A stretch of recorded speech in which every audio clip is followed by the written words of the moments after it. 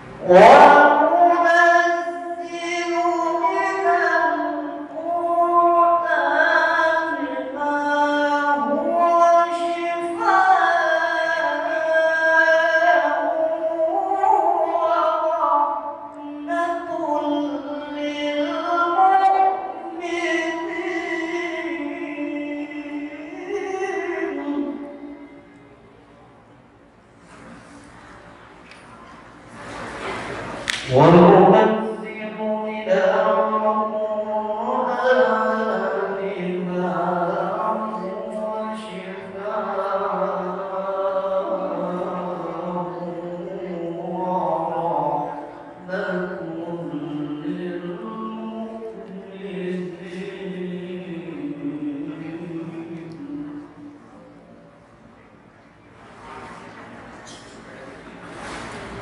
ولا يزيد الظالمين إلا خسارا.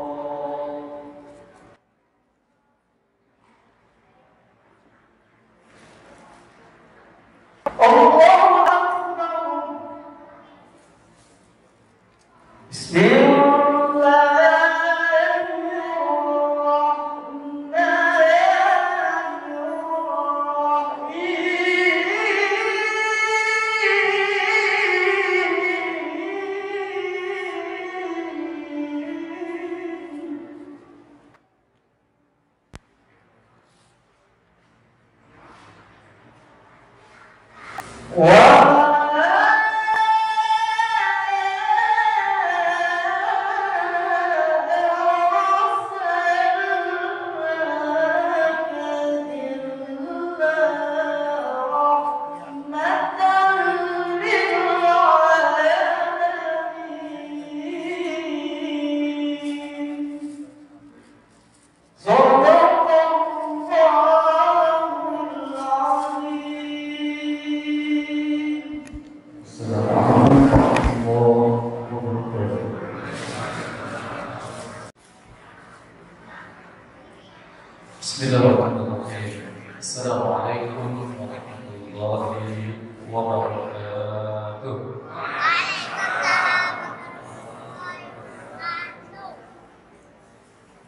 Alhamdulillahirabbil alamin. Alhamdulillahilladzi bi ni'matihi tatimmu shalihat wa bi 'afwihi tughfaru dhunubu was-sayyi'at وبكرمه تقبل العطايا والحسنات. أشهد أن لا إله إلا الله وحده لا شريك له شهادة تنجينا من العذاب يوم لا ينفع مال ولا بنون إلا من أتى الله بقلب سليم. وأشهد أن محمدا عبده ورسوله الذي أدى الأمانة وبلغ الرسالة ونصح الأمة وجاهد في سبيل الله حق جهاده. اللهم صل وسلم وبارك على هذا النبي الكريم سيدنا محمد المصطفى صلى الله عليه وسلم وعلى آله وأصحابه أجمعين. أما بعد، سبحانك لا علم لنا إلا ما علمتنا إنك أنت العليم الحكيم. رب اشرح لي صدري ويسر لي أمري واحلل من لساني يفقهوا قولي.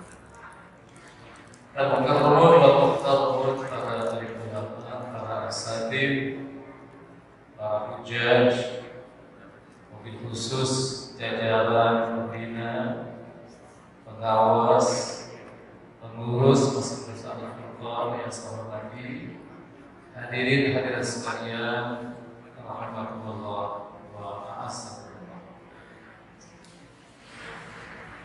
Pertama, tentunya kita bersyukur kepada Allah Ta'ala yang pada malam hari ini, malam nuzulun tanggal 17 Ramadan 1443, Allah memberikan anugerah besar kepada kita. Kita bisa berhimpun di Masjid Besar Al-Furqan, yang tentunya kita ingin berhimpun seperti ini tidak hanya di malam nuzulul Quran saja. Kelihatannya saya perlu mengusulkan kepada pengurus, agenda seperti ini perlu dilakukan 1 bulan sekali. Setuju Bapak Ibu? Kita cari momentum, diantaranya adalah gerakan berjamaah, setuju? Nanti yang ibu-ibu, karena saya sedih bagi sekalian, kalau subuh di masjid-masjid yang lain itu ramai, tapi di masjid raya, di masjid besar Al-Furqan ini, kalau subuh ibu-ibu ramai atau sepi? Mudah-mudahan di Ramadan ini tetap ramai, setelah Ramadan juga tetap. Ibu-ibu siap setelah Ramadan tetap ke masjid? Bu, siap setelah Ramadan tetap menghidupkan Masjid Al-Furqan? Subuh siap berjamaah? Insya nanti dibuatin kue seperti ini. Setuju insyaallah? Jadi ini dicatat pengurus semua. Nanti kita agendakan 1 bulan sekali ada pengajian. Kalau pengen ramai sebenarnya gampang. Saya punya pengalaman ketika tahun 2000-an awal. Saya beberapa kali ada tabligh dengan para artis, itu kalau yang hadir pasti banyak. Tapi kalau nanti panitia salah ngatur acara, itu kasih pusatnya. Saya pernah waktu itu sama Ikan Fauzi. Saya waktu itu panitia menaruh Ikan Fauzi di awal, saya di belakang. Selesai Ikan Fauzi pulang semuanya. Jadi saya nggak ada yang saya ceramahi, karena mereka datangnya karena artis. Sekedar untuk memotivasi jamaah boleh. Pernah juga dinasihati dengan Dude Rino. Kenapa tidak itu? Halo, Dude. Itu juga untuk menarik simpati, terutama waktu itu adalah anak-anak. Dan ternyata mereka antusias. Dan alhamdulillah waktu itu yang ceramah saya juga. Lalu setelah itu Dude. Akhirnya mereka dengarin ceramah saya, dan setelah itu Dude. Jadi Bapak sekalian, malam ini malam yang mulia, malam yang agung, malam diturunkannya kitab yang terbaik, yaitu Al-Quran Karim, diturunkan kepada Nabi yang terbaik melalui malaikat yang jadi hiburan dari kebaikan. Tapi saya ingin berkata begini, bahwa malam ini saya hanya menyampaikan satu ayat sebagai pengantar. Nanti ayat-ayat yang lain kita akan jadikan contoh, bahwa Rasul Sallallahu Alaihi Wasallam pernah curhat. Curhatnya itu terkait dengan interaksi umat beliau terhadap Al-Quran Karim yang justru tidak harmonis. Curhat itu diabadikan oleh Allah Ta'ala di dalam surat ke-25. Ada yang tahu surat 25 surat apa itu? Namanya surat masjid kita ini, surat masjid apa? Al-Furqan. Namanya surat Al-Furqan. Ayatnya ayat yang ke-30. Allah Ta'ala berfirman, A'udzu billahi minasyaitonir rajim. Bismillahirrahmanirrahim. Wa qala ar-rasul ya rabbi inna qaumi ittakhadhu hadzal qur'ana mahjura. Wa qala Rasul, dan Rasul sallallahu alaihi wasallam berkata, ya rabbi wahai qaumku, inna qaumi, sesungguhnya kaumku, ittakhadhu hadzal qur'ana, telah menjadikan Quran ini mahjura, hal yang ditinggalkan, hal yang diabaikan. Itu Rasulullah SAW yang curhat sama Allah. Inilah yang kemudian para ulama-ulama kita berkata, di tengah kita diuji oleh Allah dengan pandemi COVID berapa? 19, yang kita semua bahu-membahu untuk mengatasi COVID ini dengan berbagai variannya. Ada varian Delta, ada varian apa lagi? Yang terakhir apa namanya? Omikron atau Omikron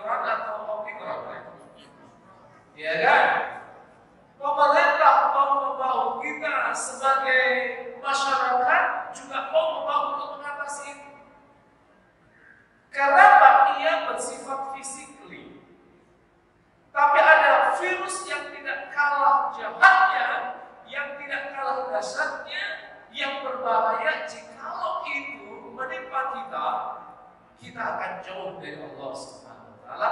Virus itu namanya virus hajar. Virus meninggalkan yang dimaksud adalah hajarul Quran, meninggalkan Al-Quran. Hati-hati, terutama mulai masuk pertengahan bulan Ramadan, virus ini bergentayangan. Kita ini Bapak Ibu sekalian biasanya semangat kita baca Quran di awal Ramadan, pertengahan Ramadan, atau di akhir Ramadan. Halo? Atau semangat terus Bapak sekalian? Tapi kelihatannya semangat terus di sini. Amin. Tapi biasanya di pertengahan virus hajar Quran itu menimpa kaum muslimin. Maka kita perlu tahu dan juga mengenali varian-variannya. Karena virus hajar Quran itu punya 5 varian. Varian pertama ada yang disebut dengan hajru tilawatil Quran, meninggalkan bacaan. Varian yang kedua ada yang disebut dengan hajru sima'il Quran, meninggalkan mendengar ayat Quran. Varian yang ketiga ada yang disebut dengan hajru tilawah, hajru tadabbur Quran, meninggalkan mentadabburi ayat Quran. Yang keempat ada varian namanya hajru tahakkum bil Quran, meninggalkan berhukum dengan Al-Quran. Dan varian kelima adalah hajru istishfa' bil Quran, meninggalkan berobat dengan Al-Quran. Kira-kira yang 5 ini yang menimpa kita yang mana Bapak Ibu? Atau jangan-jangan menimpa kita semua? Itu yang bahaya. Kita mulai dari yang pertama. Tinggal Pak Sam tadi bilang secepat saya misalnya. Sampai jam 12 atau nanti saya gampang. Ini jamaah itu sudah mulai capek atau tidak, itu nanti kalau aminnya bareng-bareng itu berarti itu ceramah saya kelemahan. Jadi pokoknya kalau ada amin bareng-bareng, nah itu langsung saya tutup.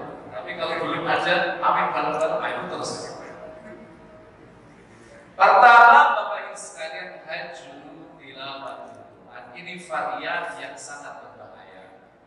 Jangan sampai ada di antara kita yang bosan baca Quran. Pastikan kita semua menghidupkan separuh bulan Ramadan ini, separuh terakhir, dengan menghidupkan hari-hari kita dengan baca Quran. Maaf, ini Bapak Ibu sekalian, sudah ada yang khatam? Halo? Go. Sudah ada yang khatam Al-Quran ini? Sudah, alhamdulillah, Masya Allah, luar biasa. Bapak-bapak bagaimana, sudah ada yang khatam atau lagi proses khatam? Prosesnya sampai juz berapa?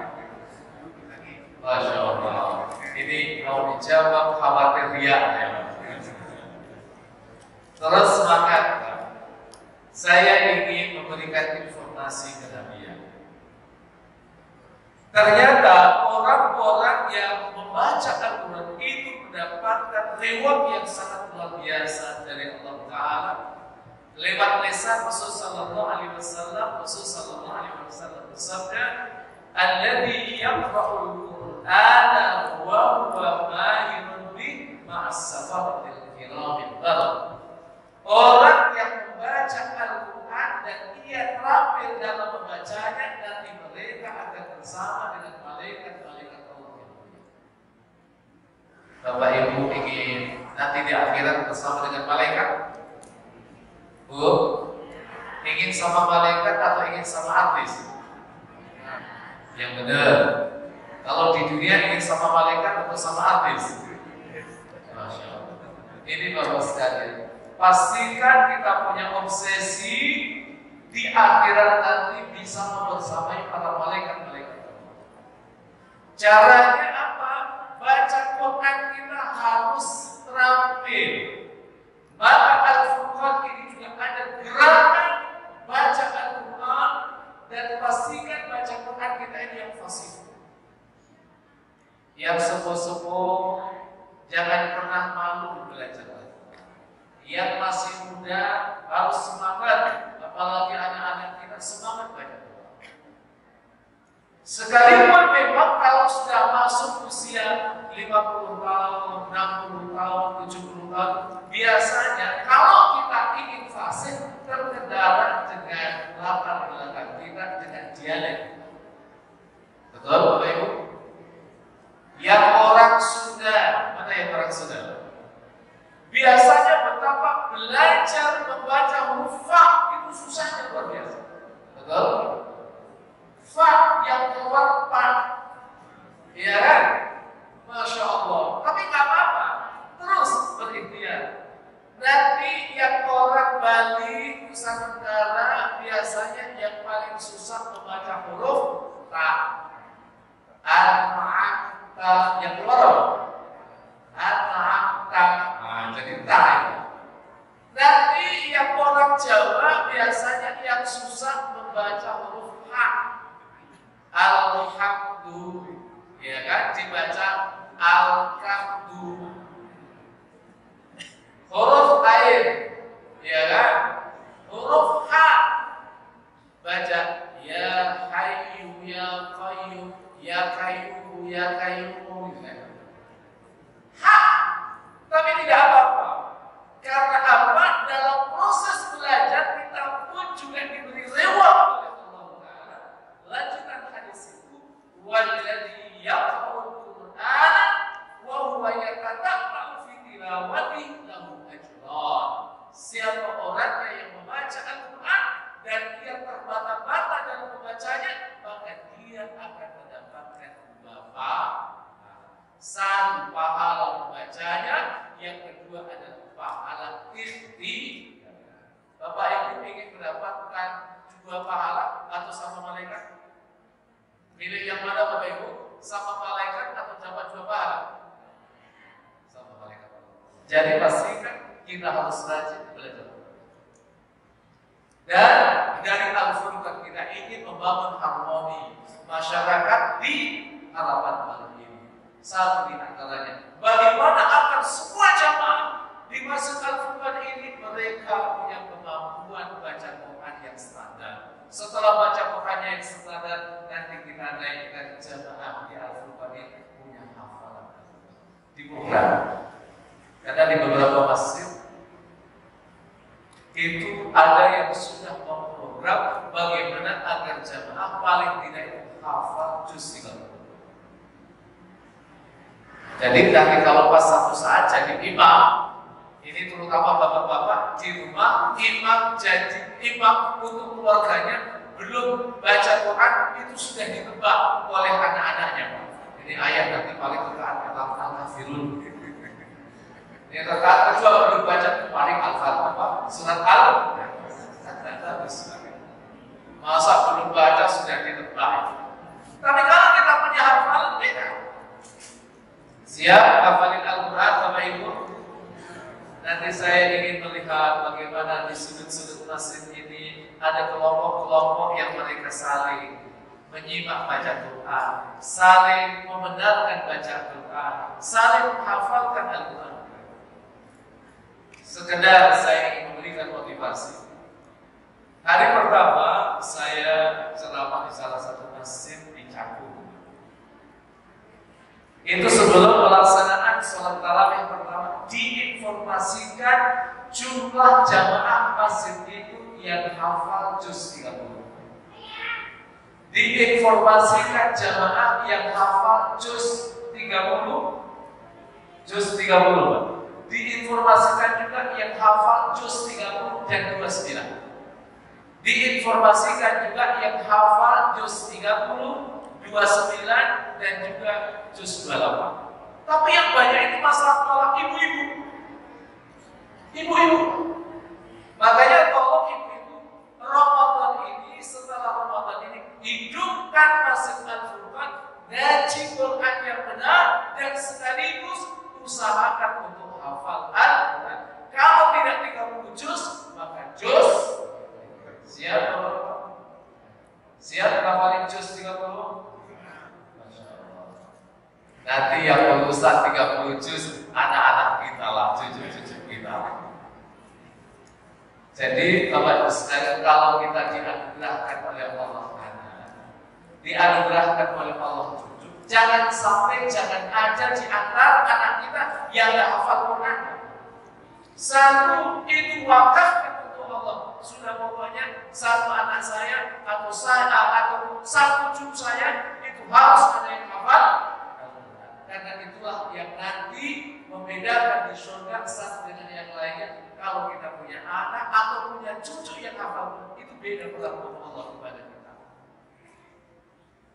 Orang tua Bapak sekalian yang punya anak atau punya cucu yang hafal Quran, nanti di akhirat masuk surga, dan apa yang terjadi? Allah akan meletakkan, memberikan mahkota di kepala orang tua yang punya anak hafal Al.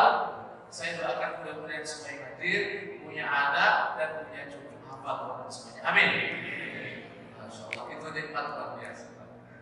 Nikmat luar biasa. Kalau anak sudah lewat, udahlah cucu-cucu kita. Kalau cucu kita mungkin sudah besar, mungkin cicit-cicit kita. Jangan sampai anak yang tidak hafal Quran.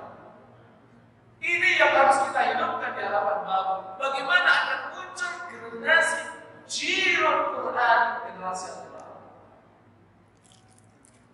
Mulai baca Quran dan menghafal.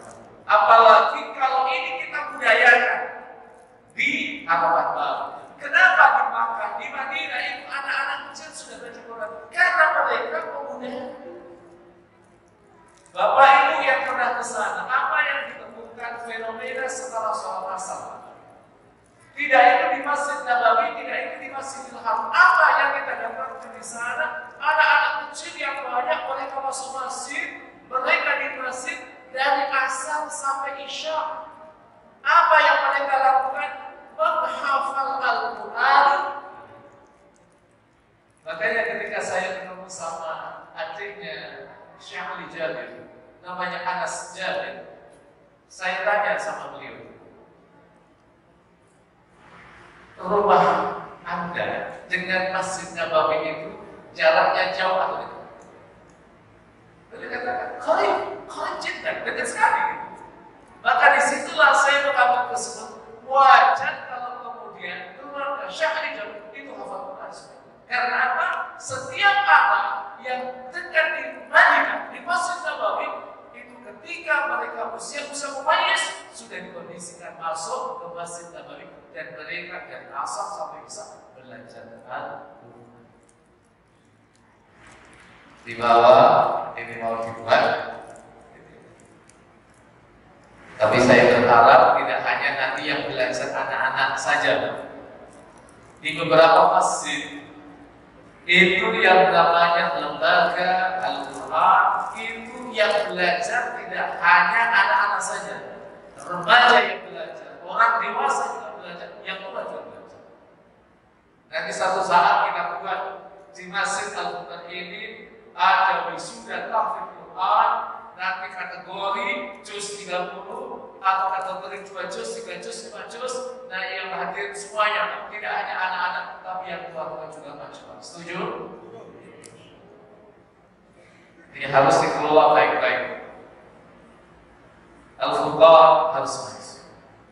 Al-Furqan selain memperhatikan aspek fisik, kegiatan-kegiatan agama juga dari waktu ke waktu harus naik, harus meningkat. Pastikan jangan ada yang terkena virus, namanya virus hajru tilawah. Yang pertama. Yang kedua, masih ingat Bapak Ibu? Halo? Hajru sima'il Quran, meninggalkan mendengar ayat-ayat. Saya itu sedih bagi sekalian. Kalau pas pulang kampung dan naik bis, ini yang hadir ini kan tidak semuanya orang harapan baru kan? Aslinya dari daerah atau dari mana? Ada yang dari Purworejo. Mana yang dari Purworejo di sini? Halo, Pak Haji Purworejo, Pak Haji Zaini, Pak Haji Tony, Pak. Ada yang dari Kuningan. Mana yang dari Kuningan, Pak?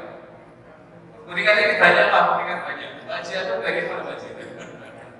Nanti ada yang dari Cirebon, ada yang dari Semarang, ada yang dari Pekalongan, ada yang dari Surabaya, ada yang dari Padang.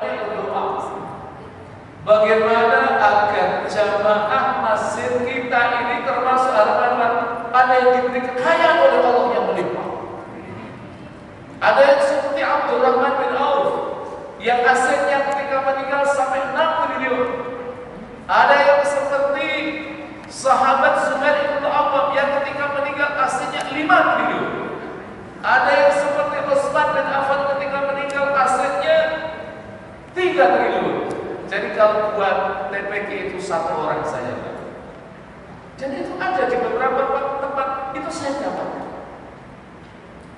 Saya pernah mengajar agak lama di salah satu masjid di Pondok Bambu.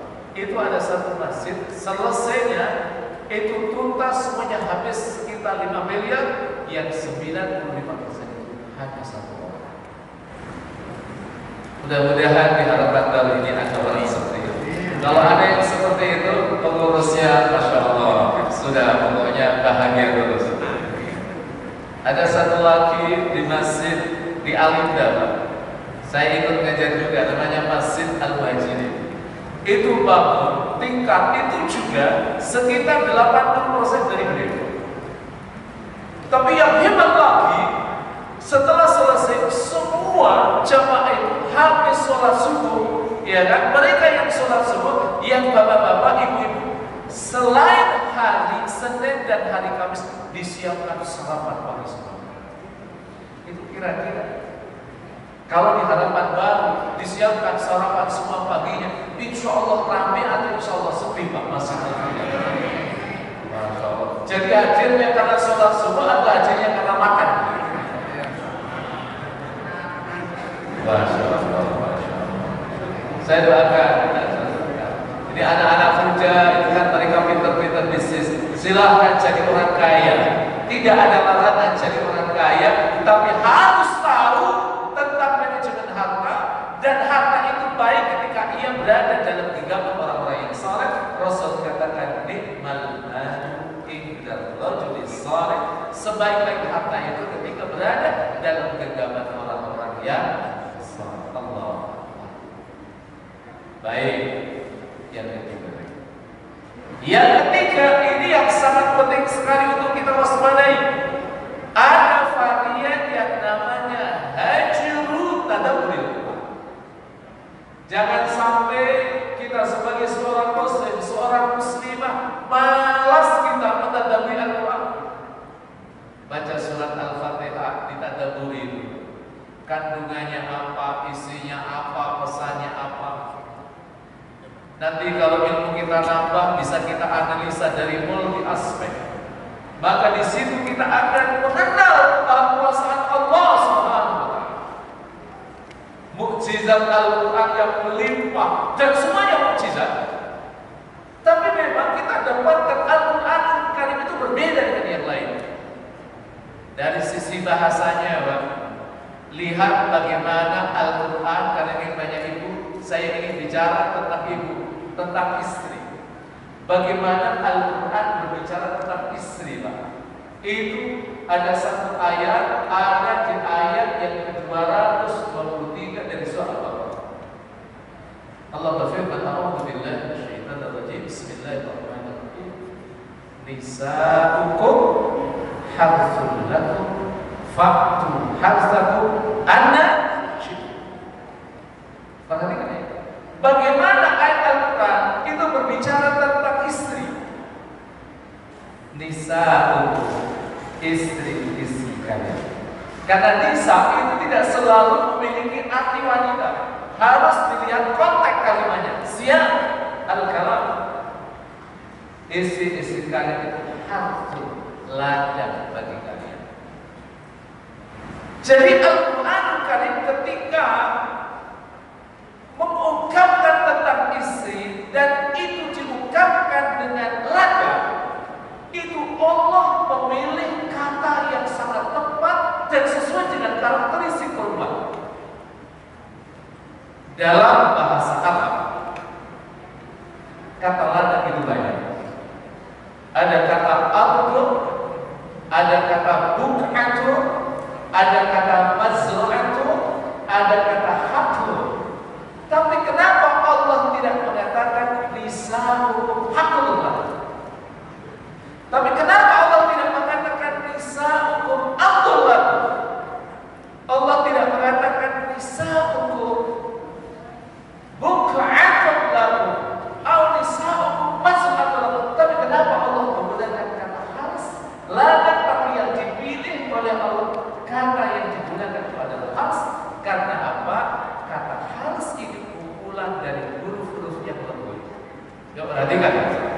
Harus itu terdiri dari huruf apa saja, Pak? Bu, ha. Setelah ha apa? Allah. Setelah Allah itu huruf lembut atau tidak? Lembut. Karena Allah memberikan edukasi kepada kita, pastikan karakteristik wanita itu harus lembut. Karakteristik dari istri itu harus lembut. Masya Allah, luar biasa. Ia tidak menggunakan kata-kata yang huruf-huruf yang berat, tidak mengatakan buka. Karena di situ ada huruf ain, ada huruf qaf, itu huruf yang berat. Tidak mengatakan abdul, di situ ada huruf qaf, huruf yang berat juga. Tidak mengatakan mazra'ah, di situ ada huruf ain. Subhanallah, itu Al-Quran Karim. Itu kalau kita analisa pada aspek bahasa.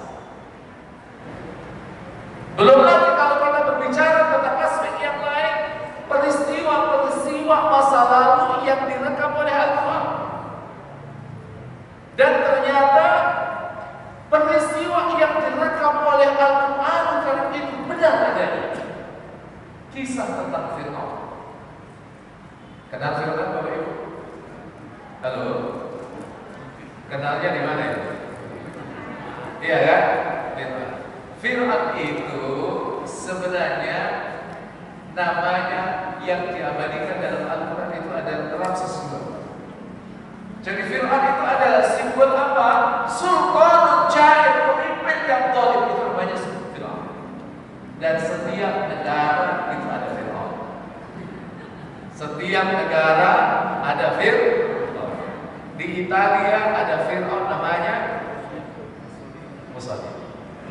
Di Jerman ada Fir'aun namanya Hitler. Di Filipina ada Fir'aun namanya Ramses. Kemudian di mana lagi? Di Indonesia pun atau tidak? Masya Allah. Tapi yang menarik dari Fir'aun Ramses II itu, Allah sebutkan di dalam surat yang ke-10. Surat 10 itu setelah surat ke-9 ya. Itu surat ke-10. Namanya surat Yunus. Ayat yang ke-9, coba perhatikan ya. Fal yawma nunajjika bi badanika litakuna liman khalfaka. Pada hari ini aku selamatkan badan kamu. Maksudnya badannya siapa? Fir'aun. Litakuna liman khalfaka ayat, agar nanti menjadi tanda bagi orang yang datang setelah. Pertanyaan saya sekalian, masih ingat atau tidak peristiwa jatuhnya pesawat Lion? Masih ingat? Atau sudah lupa semuanya? Iya Pak, di lautan, tenggelam di lautan. Pada waktu itu ada nggak jasadnya yang ketemu? Iya kan? Tapi ini tenggelamnya di Laut Merah, dan itu juga di area yang tengah. Bagaimana ceritanya kok bisa ketemu? Beberapa mufassir itu mengatakan nanti jasadnya itu ia pinggir, ia ada di panti, pinggir panti. Nanti ditemukan orang-orang Mesir, setelah itu dipalsum, setelah itu dimumi, dan sampai hari ini jasadnya bisa disaksikan oleh umum. Itulah Al-Quran Karim. Padahal peristiwa tenggelamnya Fir'aun itu terjadi 1200 sebelum Masehi. Kebayang dahsyatnya Al-Quran. Jadi semakin kita mentadabburi ayat Al-Quran, maka disitulah kita akan mengenal Al-Quran, kita akan juga mengenal Allah Subhanahu wa Ta'ala, dan kita semakin cinta kepada Allah Subhanahu wa Ta'ala. Maka masuki diri kita sering-seringlah mentadabburi. Saya sedang di masa Al-Quran ini kalau Ramadan banyak yang tunggu waktu sampai syukur. Tapi ini kan maaf, ini bagus, tapi jangan hanya di bulan Ramadan saja. Tapi sayangnya di bulan Ramadan. Tapi Ramadan ini jadi latihan insyaallah. Nanti setelah Ramadan banyak yang sampai syuruk sebenarnya. Masya Allah. Sholat syuruk itu Masya Allah luar biasa. Kenapa saya katakan luar biasa baguskan? Karena reward pahalanya sangat tinggi, nilai pahalanya seperti orang yang melakukan ibadah haji dan umroh yang dilakukan secara tamatan secara sempurna. Jadi kalau kita Bapak Ibu sekalian yang belum sempat haji, belum pernah umroh, sering-seringlah lakukan sholat syuruk. Itu berarti sekali kita syuruk berarti kita menunaikan ibadah haji dan nikahnya besok langsung banyak yang syuruk. Besok saya temenin Pak, insya Allah besok saya temenin. Dan saya pasti ada ceramah keluar. Subhanallah. Jadi kalau sekalian rahmatullah wa azza, itu belum lagi kalau nanti kita berbicara tentang aspek-aspek yang lain. Berbicara tentang saya berikan satu contoh bagi sekalian. Ketika Al-Quranul Karim berbicara tentang teori sidik jari, ya kan? Sidik jari, kenapa ada sidik jari? Karena ternyata jari-jari kita ini, maaf, satu dengan yang lain sama atau beda? Beda. Manusia penduduk bumi yang ada satu riset ilmiah yang jumlahnya ada 100,8 miliar sampai hari ini, ternyata sidik jarinya itu berbeda. Dan isyarat perbedaan itu ada dalam Al-Quran Karim surat 75 ayat yang ketiga dan ayat yang kedua. Perhatikan Allah berfirman di ayat yang 1. A'udzu billahi minasyaitonir rajim. Bismillahirrahmanirrahim. La uqsimu biyaumil qiyamah wa la uqsimu bin nafsil lawwamah ayahsabul insanu an lan najma'a idza bala qadirina ala an nusawwiya. La uqsimu biyaumil qiyamah, sungguh aku bersumpah dengan hari kiamat. Jadi la di situ bukan la nafiyah tapi la zaidah, la tambahan yang mempunyai fungsi penguatan makna. Jadi bagi kita yang sedang belajar terjemah Al-Quran itu juga harus hati-hati. Ada ilmu yang harus juga dipelajari, namanya ilmu nahwu. Jadi nanti biar tidak salah dalam memahaminya. Wala uqsimu bin nafsil lawwamah, dan sungguh aku bersumpah dengan jiwa yang mencela. Ayat sabul insan, apakah manusia itu mengira Allah najma'a idhamah, bahwa kami tidak akan mampu menghimpun tulang-tulang belulang itu. Nah ini kalau kita tadabburi akan jawab. Kata yang dipilih oleh Allah adalah al-insan. Allah tidak mengatakan ayahsabul mu'minu alla najma'a idhamah, karena orang-orang mukmin itu meyakini bahwa ketika kita nanti sudah menjadi tulang belulang, Allah himpun lagi kita nanti dalam peristiwa yang namanya Yaumul Ba'ats, hari kebangkitan internasional, kita menjadi manusia lagi. Kita yakin atau tidak? Yakin. Tapi al-insan alladzi la yu'minu billah, manusia yang tidak beriman kepada Allah, maka mereka itu ingkar. Tapi Allah kemudian jawab, bala, ya qadirina ala an nusawwiya badan, kami itu mampu untuk menyamakan jari-jari kita. Subhanallah. Itulah dahsyatnya. Makanya di Al-Furqan ini kan, maaf, kalau hari Sabtu kita gugah jamaah ini agar rajin mentadabburi Al-Quran lewat kajian Ijazah Quran. Cuma masalahnya ibu-ibu tak ada yang hadir. Yang hadir kebanyakan bapak.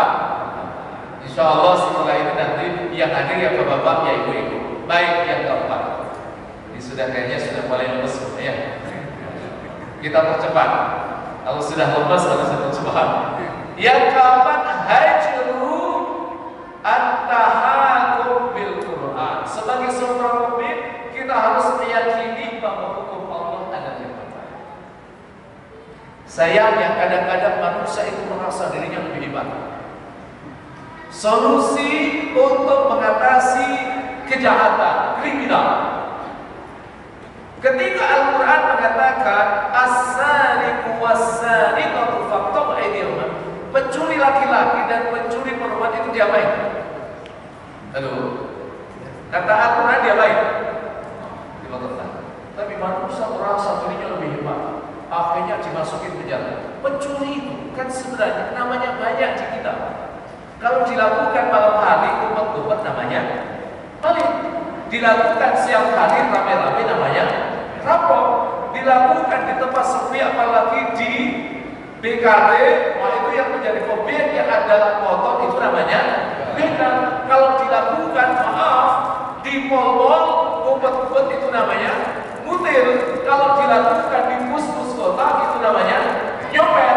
Kalau dilakukan di tempat yang ber-AC, nyoketnya bukan pakai linggis, tapi nyoketnya pakai apa? Pulpen, itu namanya tapi inilah manusia terasa lebih hebat dari Allah Ta'ala. Buat hukum sendiri. Makanya coba sesekali Bapak Ibu pergi ke lapas. Saya sudah beberapa kali ke lapas. Dan ketika saya ke lapas, yang selalu saya update terkait dengan data para penghuni lapas, selalu jawaban para sipil-sipil itu adalah overload. Coba sesekali Bapak Ibu pergi ke lapas Cipinang. Kelas 1, kelas 2 itu dua-duanya overload. Karena apa? Solusinya adalah menggunakan logika manusia. Mereka lebih yakin dengan hukum manusia daripada hukum Allah Subhanahu wa Ta'ala. Dan sebenarnya juga terobosan-terobosan bagaimana agar para nabi itu sadar dan kemudian juga mereka diberi reward, keringanan, hukuman dengan cara apa? Suruh mereka menghafal Quran. Saya pernah ikut konferensi pemuda internasional yang dihadiri 70 negara.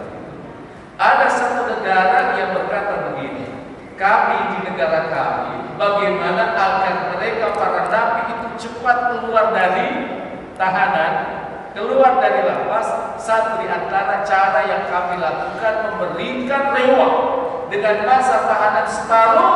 Siapa yang di lapas kok mereka hafal Al-Quran, mereka mendapatkan potongan separuh dari tahanan masa aslinya. Yang 5 tahun jadi 2,5 tahun, yang 2 tahun jadi 1 tahun, yang 1 tahun jadi setengah. Itu ternyata banyak yang hafal Al-Quran. Ini nggak usah dikaitkan dengan siapa itu artis yang baru keluar dari lapas itu. Halo, ini ibu pasti tahu itu namanya. Siapa namanya? Masya Allah. Apa kalau artis kayaknya hafal semuanya. Dan ternyata itu memang efektif, punya spirit yang sangat luar biasa. Bapak-bapak ingin hafal Quran, ibu-ibu ingin hafal Quran, harus masuk dulu ke penjara itu. Ya tidak harus di penjara, kita tetap di luar penjara dan kita hafal. Baik, yang terakhir bersyukur. Nanti malam karena besok kita harus melakukan salat subuh berjamaah. Hajrul istighfar Al-Quran, yaitu virus dengan varian meninggalkan berubah kata. Bapak Ibu sekalian, kalau kita ingin sehat, dekat-dekat apa? Kalau kita ingin sehat, baca Al-Quran, dengarkan Al-Quran, kaji itu Al-Quran, amalkan itu Al-Quran, karena Al-Quran bukan bersyifa, obat. Maka jemaah di sini, saya yakin yakinnya, yang rajin baca Quran itu sehat. Yang rajin baca Quran itu sehat. Apalagi baca Quran ditambah rajin jamaah sholat 5 waktu, itu pasti sehat. Baca Quran ditambah lagi sholat 5 waktu, kalau ada pengajian mau hadir, lebih sehat lagi. Karena jamaah itu kan macam-macam kan Ustaz. Ada yang kalau jamaah sholat 5 waktu mau, tapi kalau ada pengajian kabur. Ada atau tidak gitu? Ini yang banyak atau sedikit? Itu lihat. Itu kesehatannya beda. Apalagi Masya Allah, itu sholat 5 waktu rajin. Di samping sholat 5 waktu rajin, baca Qurannya rajin, ngajinya rajin, dan olahraga pingpong di bawah rajin. Wah, itu lebih sehat. Itu lebih sehat. Jadi Quran bersyifa.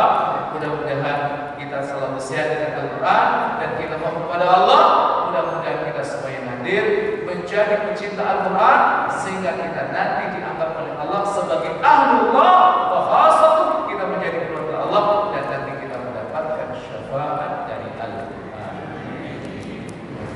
Kupas-kupas buah manggis, puas yang memang sudah. Saya kira ini yang saya sampaikan dan mudah-mudahan. Assalamualaikum warahmatullahi wabarakatuh.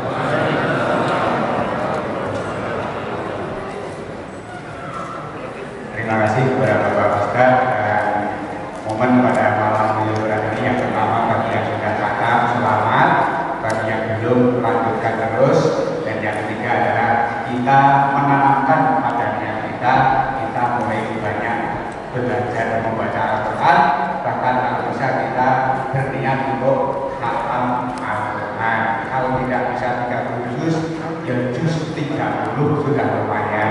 Kalau tidak bisa 1 juz, minimal itu awal 25 surat yang disuruh dari imam sudah siap karena zaman Al-Quran adalah siap menjadi imam di masjid manapun. Insya Allah kalau itu semua dikatakan oleh Allah SWT, nanti Mas Andi itu istirahat jadi imam di sini sudah siap, tetapi penggantinya harus ada anak-anak dari halaman baru yang hafal Al-Quran dan suaranya bagus.